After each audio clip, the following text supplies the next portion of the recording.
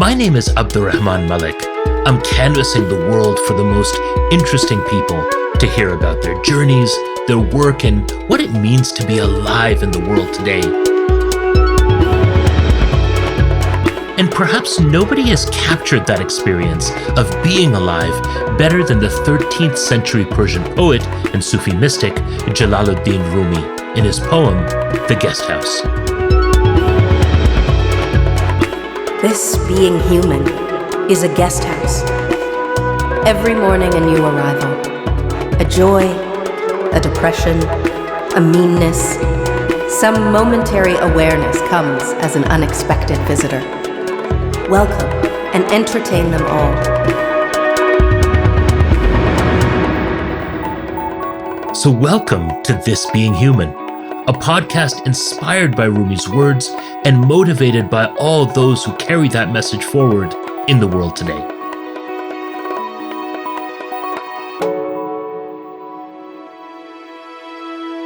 Today, AI visionary Ayesha Khanna.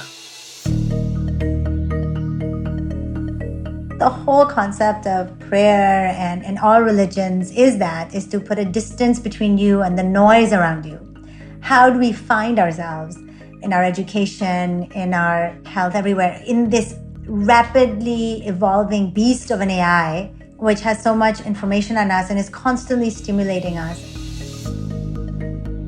Dr. Ayesha Khanna believes that artificial intelligence has the power to make society more fair. As an author, consultant, and co-founder and CEO of ADDO AI, she is a global leader in the field. Forbes has called ADDO one of the leading AI companies in Asia and has called Aisha one of Southeast Asia's groundbreaking female entrepreneurs. She's worked on big, flashy projects like smart cities and major transit systems, but she's also used AI for things like addressing staff shortages at a hospital network and making it easier for farmers to find the right insurance. For Aisha, AI is ultimately about us, making life better for the people who use it. I reached out to her because I wanted to know what we could learn about humanity from someone who spends so much time thinking about technology. Ayesha Khanna spoke to me from her home in Singapore. Aisha, thank you for joining me on This Being Human. Thank you so much for having me here. Aisha, I want to take you back to a particular moment in your life.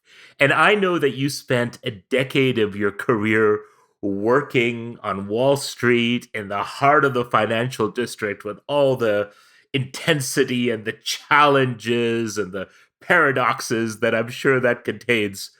Were you a wolf on Wall Street? I was not. Just for the record. But that was a very exciting and interesting time because Wall Street was one of the first places to invest heavily in computational systems and understanding the power of algorithms and statistical calculations to really become more productive and innovative.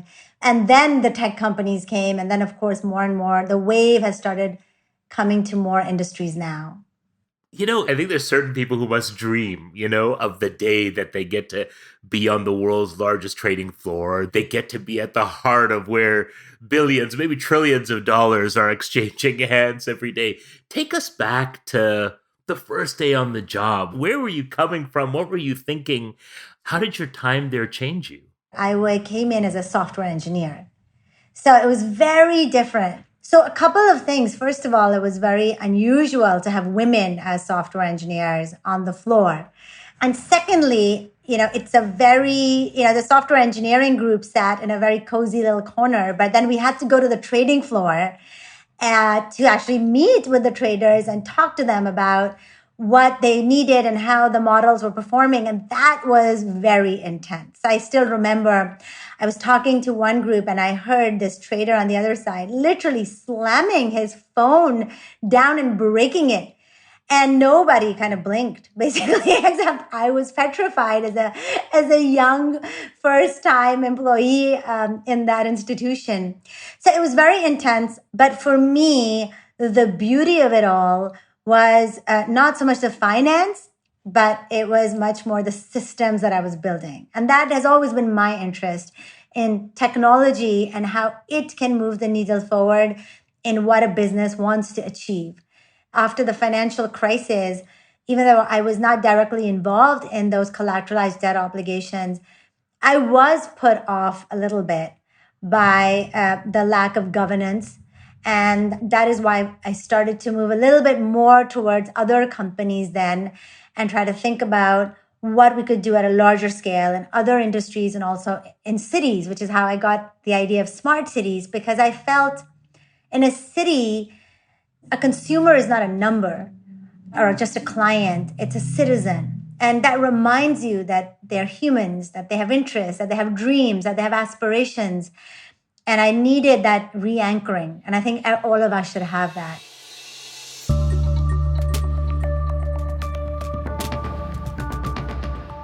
These thoughts about society and citizenry weren't entirely new.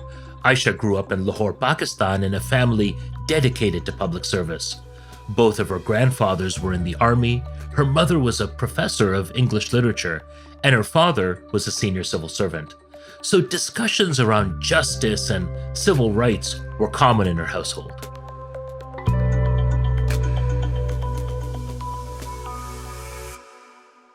Yes, I think I've always been interested in human rights and the democratization of access to basic services.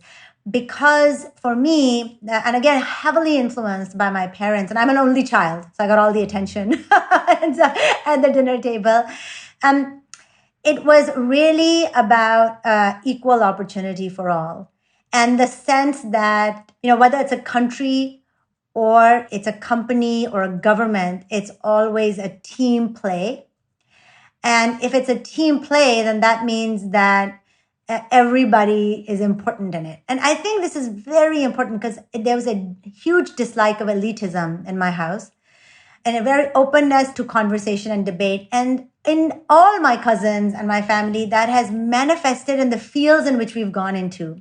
And I was the only one that went into technology, which was kind of horrified my family because they didn't know what I was thinking at that time. And now they totally understand. But that pervades everything I do to this day. And my father went on to be, retire at the top of the civil service, became federal ombudsman. And my mother and her perspective on life, really informed by her deep study of literature and poetry, also gave me this idea of the marriage of engineering and humanities. That in fact, both are the same and that this is a false division between them because they both enjoyed these things. And at our dinner conversation, we moved seamlessly between them. What do you think worried them or horrified them about their daughter going into technology and engineering? Nobody in my family was a computer scientist and nobody in my family had done that. They'd all done economics and banking or law. And there was this sense at that time, 20 years ago, that it was a back office job. Not so much my parents, but my extended family. Parents are always supportive, but they were like, well, why is she doing this? You sent her to Harvard and now she's doing a back office job, right? Like that. And they had no sense of what I saw, which was technology is not just coding a set of requirements, but as a creative endeavor that can not only move a company, but the human spirit in its potential to achieve its desires. I want to pick up that thread in just a moment, but take us back to this journey from Pakistan to Harvard. How was the experience of education abroad? It was amazing. I applied and I was, by the grace of God, lucky enough to get in. And it's kind of random, let's be honest, So I was just lucky. And it opened my eyes because at Harvard, it wasn't about any one particular thing, but it taught me how to think. Because if you're constantly learning how to think, then everything is part of that journey. And, I'll study quantum computing tomorrow. It doesn't freak me out. I may not be the best at it, but I'll find the right person and we do it together. And if it doesn't work, it doesn't work. Aisha's CV reads like one career highlight after another.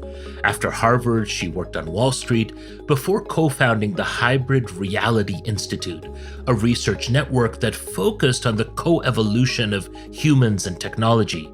She held a variety of other high-profile technology jobs and got a PhD in information systems from the London School of Economics. She and her family ended up settling in Singapore, which is where she really started to grasp the potential of data to transform communities. But when she started her own company, ADDO AI, a few years ago, it was to her native Pakistan that she turned to find talent. I had decided that when I came to Singapore, I saw the explosion of data and the potential of data to help Asia continue to catch up very quickly and leapfrog over Western companies. But the talent gap was missing. And I knew there's one place I can always find good talent, and that's Pakistan. So as I went to Lahore and I said, please, I want to start an AI company. Can you tell me who the top data scientist in the country is? And my friend Omar Saif, he said, well, you should speak to Dr. Faisal. And I met Faisal, my husband and I met him, and we decided to set this company up that now since has been advising some of the largest companies in Asia and now in the US on how to have an AI strategy and use artificial intelligence to build more innovative and more productive products and services. And I continue to have the majority of my team in Pakistan. They're all younger than me. They're all smarter than me. They're all more creative than me. Every day they come to work. They're full of ideas. I cannot tell you the talent in that country is impressive, but also they're good people to work with. It's a great team. And please don't try to hire my team because people are trying to poach them. But there are 206 million people there and they're all awesome.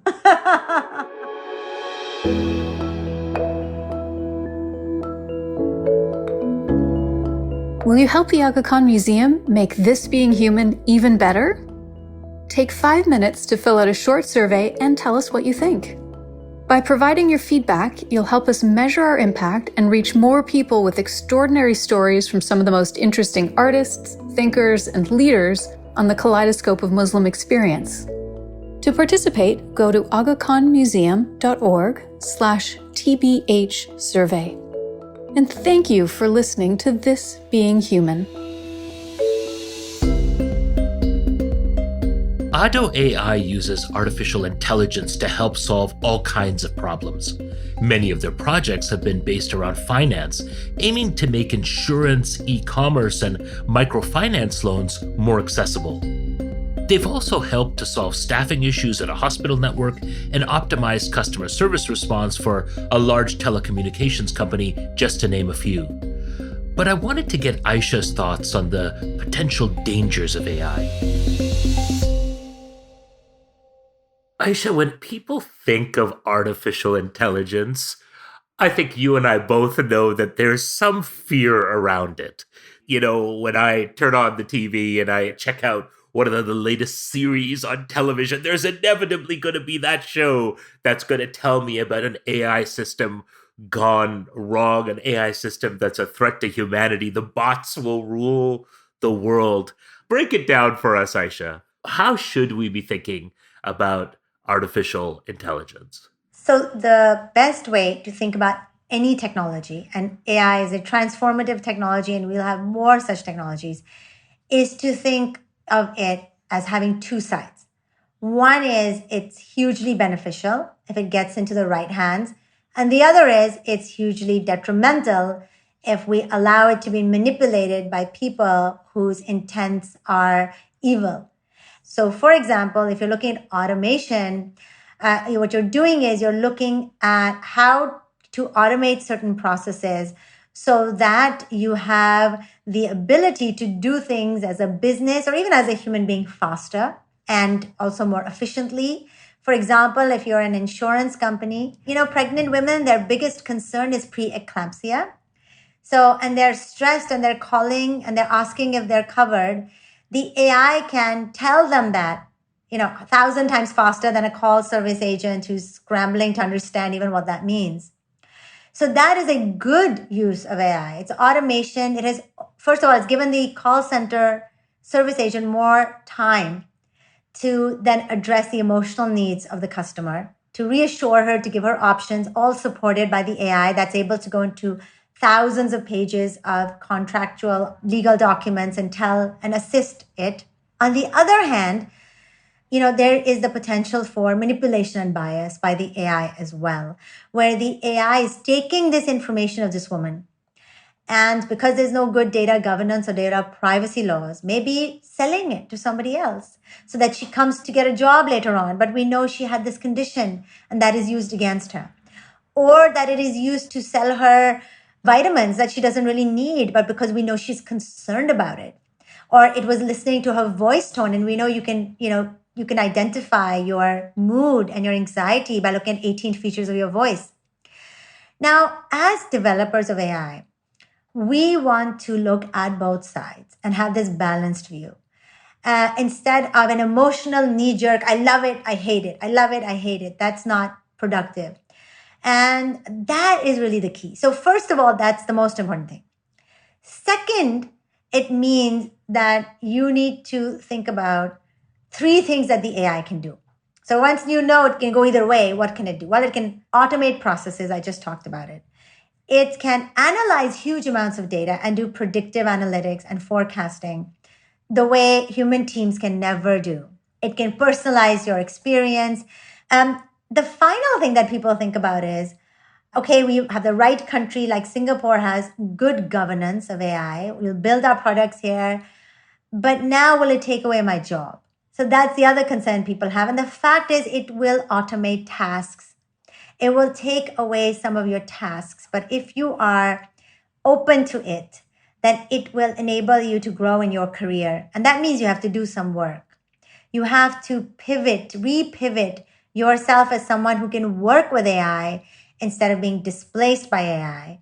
And I think that's important. I always give the example of in Korea, they're always looking for English language teachers for kids. And if you always go to the same countries, Australia, England, New Zealand, they're lovely, but some of them are just dialing it in. And if you're going to be the kind of teacher who dials it in, they're starting to replace them with robots. But if you're the kind of teacher who's empathetic and the robot is giving the lecture, but you're going to each student, you're spending time with them, you're understanding them, you're motivating them, you're pushing them, no robot can do that right now. And that is the strategy that we need to adopt by working in partnership with AI, not waiting for it to disrupt us. You're processing and dealing with some of these ethical questions that you've talked about on a daily basis. And that must be an incredible burden and responsibility, particularly on a firm committed to innovation like yourself. There must be a process where all of you are talking this through all the time and keeping it on the table. Yes, and honestly, nobody really does it correctly, including us. What we do is there's some things that are very obvious. I had been approached by a very well-known psychologist to make an app for people in which we were advising them certain things to do as we noticed and through their Fitbits and wearables, knowing what they were doing, and then advising them to have certain breathing techniques, etc. But then very soon afterward, advising them to go see a psychologist. It made me very uncomfortable. And so I said, we will not do that. And later on, I found out that psychologist used to actually had a reputation only in the inner circle of psychologists that he would give drugs where they were not needed. So you see, it's very scary for us to be involved. Another thing that I never get because of my own fear of not getting it right is children, anything related to children. I'd rather they did not interact with AI. But then you come to things that are not so obvious, right? You have personalized journeys for people and you're selling them e-commerce products. And we are getting into a product as well where we will be giving e-commerce loans, at checkout. Now, how do you make sure the person is, okay, at one level they need it, they should have access to it. On the other hand, you don't want to prod reckless spending. So my team and I are talking about this. Then I hope we can put it in somehow. Yes, we'll lose some money, right? But if I put my foot down, then I think the investors would just have to go along with it. And I think that's the kind of difficult decisions and conversations not everybody's having, and they're not easy. I question myself all the time. Am I doing something wrong? And I think we need to do more of that. And it comes in education. So in Singapore, we have guidelines on AI ethics. And ethics is not just a emotional thing. It's done very systematically through data governance, through algorithmic governance, and through policy. Aisha believes that when it comes to getting tech right, the world should be looking to Singapore. It's one of the main reasons she founded her company there. She also serves on a government board whose purpose is to develop and regulate the nation's booming tech sector. Though she works on projects around the world, she points to Singapore as a model for other cities that want to embrace smart technology. So Singapore is known as the smartest city in the world, but too often that's just considered high tech. And about 6 years ago, Prime Minister Lee said, we want to be a smart nation where the human spirit thrives. We should aim to be an outstanding city in the world, an outstanding place for people to live, work, and play in, where the human spirit flourishes.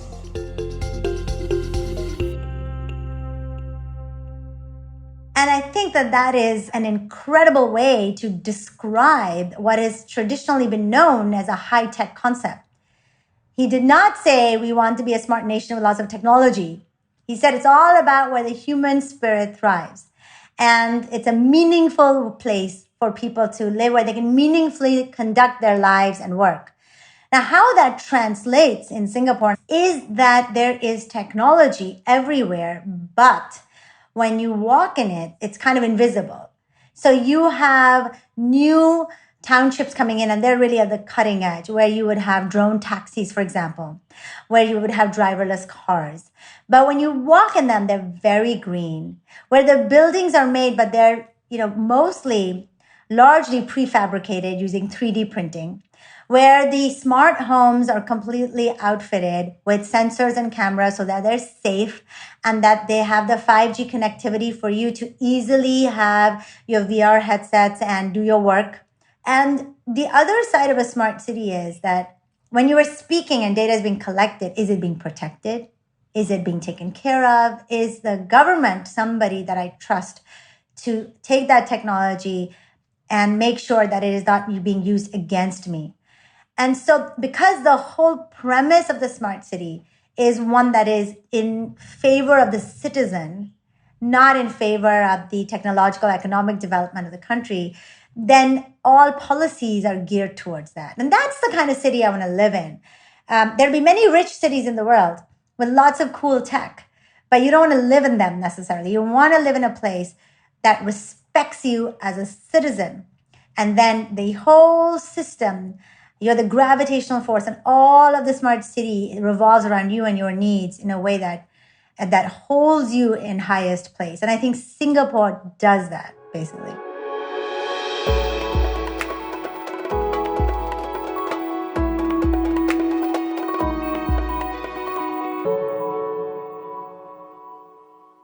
Aisha, how does faith and spirituality inform your work, both professionally and personally? I think it's become very important to me now.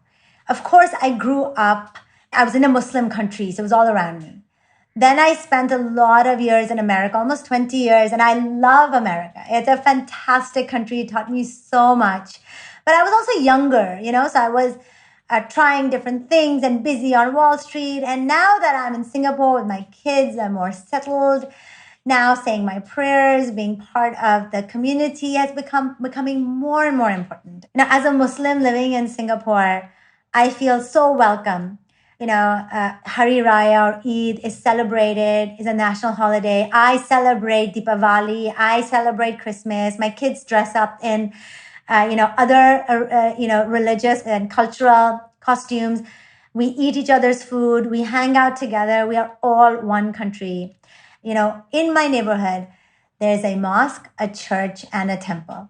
And, it's triple the blessings, basically.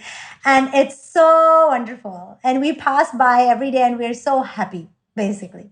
So I think that is the way to live. As I move around Singapore, I think that's one of the most wonderful things about it. As wonderful as all the high tech opportunities it gives me, maybe even more, to be honest.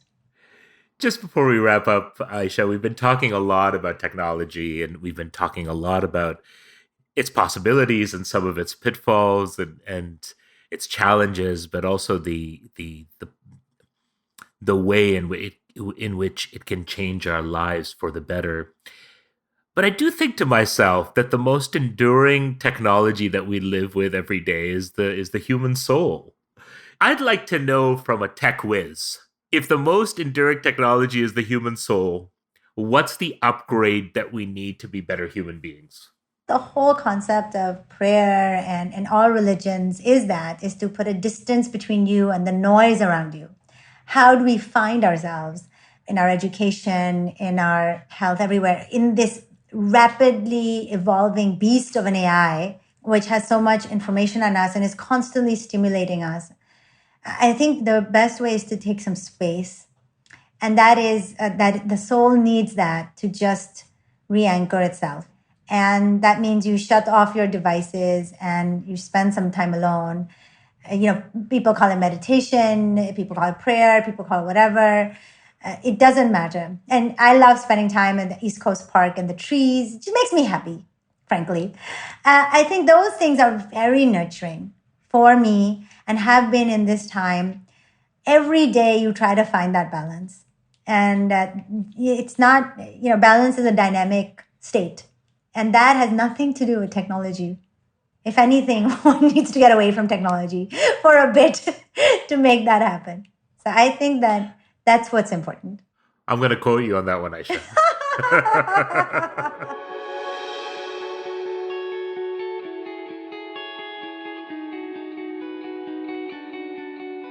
Dr. Ayesha Khanna, what does this being human mean to you? Being human means being open to life and accepting what it brings, but also when you can change it and improve and learn from who's coming or what is coming your way, you can make your life richer. But I think that for me, being human is walking the path with openness and submission.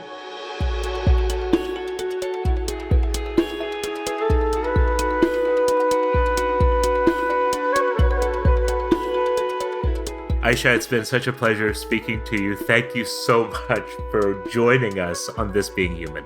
Thank you so much for having me. I'm so grateful that you had me on this podcast.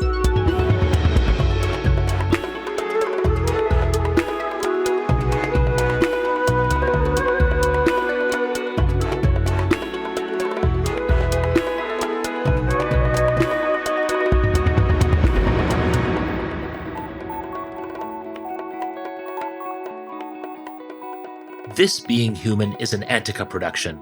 Our senior producer is Kevin Sexton. Our supervising producer is Pasent Matar.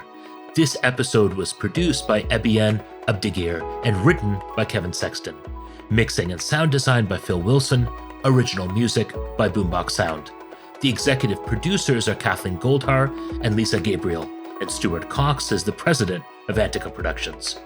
This Being Human is generously supported by the Aga Khan Museum, one of the world's leading institutions that explores the artistic, intellectual, and scientific heritage of Islamic civilizations around the world. For more information about the museum, go to www.agakhanmuseum.org.